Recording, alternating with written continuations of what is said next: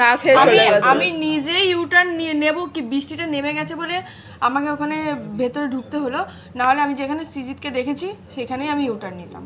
সমস্ত আমি একটা কথা বলতে চাই, সব ফুড ব্লগিং যারা করে দাদারা, এখানে সৌম্যজ্জ্বলদাও আছে, আমি ওর সামনেই বলতে চাই দাদাই প্রথম আমাকে ভাইরাল করেছে, দাদার পেজ থেকে হয়েছে।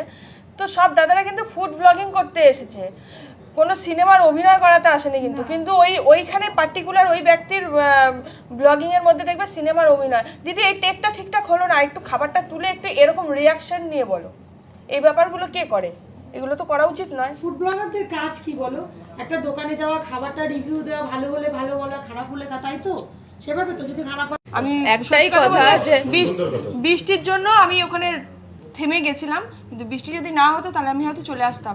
আর হয়তো আমি ব্যাপারটা নিয়ে ক্লিয়ারও থাকতে পারতাম না যে কাকিমা আদৌ নেমন্তন্ন করেনি, তা সত্ত্বেও ও ওখানে ইনভাইট ছিল। ক্লিয়ার করে দিলাম। যাক, এটা